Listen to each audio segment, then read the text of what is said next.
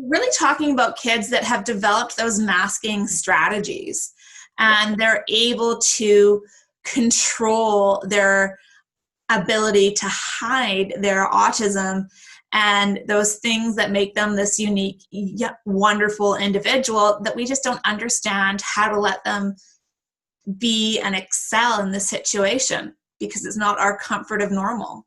Yeah, exactly. And I feel personally the word high functioning is what physicians and clinicians give to an autistic person to help them understand how they see their autism. So they, as an individual, see it that to their person is high functioning. And it should be quite it's quite a compliment, isn't it, to say that I'm coping really well with my autism, so much so that no one realises that I'm autistic, or so much so that it looks as if I've got it all together and actually I go home and really, really struggle. But in reality, that term means that sometimes people aren't supported, because if you're given a diagnosis of high functioning autism, quite often people will say, well, it's not that bad, is it? Or at least, it could be worse. You could be non-verbal, or, you could be really, really struggling and not be able to communicate or interact at all, but you manage quite well. In fact, you can't really tell you're autistic. And then you get all these comments, don't you? And actually, what does autism look like? You can't look at someone and tell they're autistic, but what you can do is interact with someone and tell that they're struggling and that they need kindness and that they need you to be empathic and be aware of their difficulties and adapt the environment and adapt your behaviour to suit that young person. But the word high functioning and low functioning, it's really challenging, isn't it? But I think it must be hard as well for the person who gets that diagnosis, because if you do a lot of research, high functioning autism, or maybe the Asperger's label that you used to get previously, there's different literature and different information around that, isn't there? And sometimes in the UK it can be hard for those to get support. If they're labelled as high functioning, people think they should be able to cope better, so then they punish themselves a little bit more, because actually I'm called high functioning autistic, so shouldn't I be able to cope better in this environment? Shouldn't I be able to do better? So it's, the terminology sometimes isn't helpful, is it?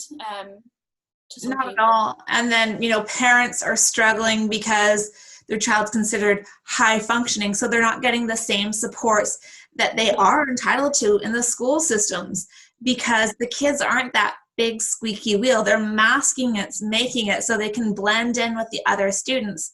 And really the child needs just as much support so that they don't have this demasking effect when they get home, or that Coke bottle where that just explodes because there's so much pressure and they're trying to fit in and they have these meltdowns, which are completely understandable because there's so much stress, and it's just, that one straw that breaks the camel's back, that in a normal situation where they haven't had these issues would have been fine. Even choosing the wrong bowl for cereal. Oh, don't do that. and it's challenging, for parents in these situations where, there isn't that one set thing all the time, where it's consistently inconsistent. And then that one day where choosing that wrong bowl causes, World War III in your house. Yeah. Because, and you didn't know it was going to be the thing that set the day on the wrong foot, and the child didn't know either, and you can't. And then trying to explain it to others that haven't gone through that experience, it just makes it impossible, and a very lonely experience for parents, partners, spouses, siblings, or those that are close and help co-regulate these individuals. Yeah, and I think you're very correct. If someone has got a diagnosis of being severely autistic or low functioning, they're automatically entitled to more support, or maybe specialist provision. And in that specialist provision, they will get sensory support, they'll get speech and language support, they'll get occupational therapy, physiotherapy, whatever needs they have will be met hopefully within that specialist setting.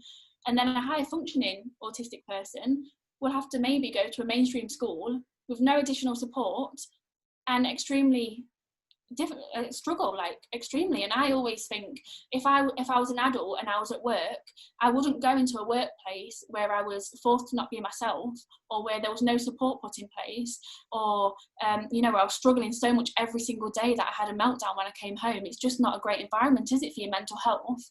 But unfortunately, some of our young people have to go through that every single day, because it can be really challenging in the school system, can't it? And like you said about parents, I think it's so important for parents to connect with other parents and to try to meet people who are like-minded and going through their similar experiences. Although every autistic person is different, and you might talk to a parent of an autistic young person, and they might not be going through the same experiences, but they can celebrate those little wins with you. When they give you a hug, or when they say thank you, or when actually they cope with having that different cup and you didn't realise, or when you cut their toast in a different way, instead of cutting it in triangles, you cut it in squares, and they actually cope with that quite well, or they try a new food for the first time. Those really small wins that maybe other parents wouldn't celebrate or wouldn't quite understand why it's such a massive win. For an autistic parent of an autistic child, it can be great to really celebrate that, can't it, with someone who really understands. Connecting with people that are on the same experience of you can really help parents.